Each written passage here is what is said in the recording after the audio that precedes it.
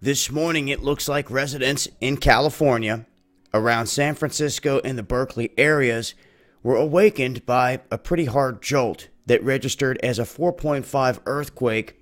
Many people reporting hearing this initial jolt and feeling it as well, and then there was shaking for a few seconds afterwards. Now, the quakes in this region are constantly ongoing with these smaller quakes, smaller swarms.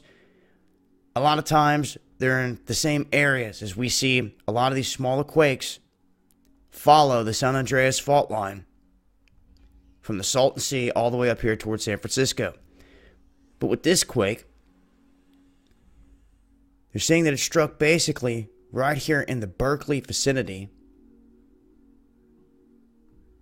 They're not listing it there on that map, but on this one, you can see Berkeley there, San Francisco, and where the quake hit. You can also see some of the different seismographs that pick this up, showing the shaking of the quake. Now, when we see a quake like this, we have to ask, is this a foreshock? Is there anything else coming with this? See, 5 hours ago, there was a smaller quake afterwards. Right now, we'll just have to keep an eye on this. Of course, in California, they're always talking about being prepared for the big one. And no doubt it's going to hit at some point. Now, this comes on the heels, for those that missed it, this comes on the heels of a big quake, a decent quake, hitting up here near Mount St. Helens.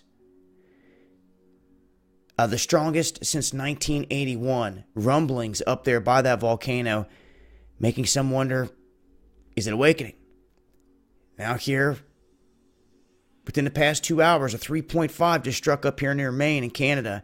And New Madrid, seeing more action right there at the heart of it. But that is a look at some of the earthquake activity that we've seen here recently. In terms of the United States, I will continue to update if we see anything else. This has been Dabu7. Peace.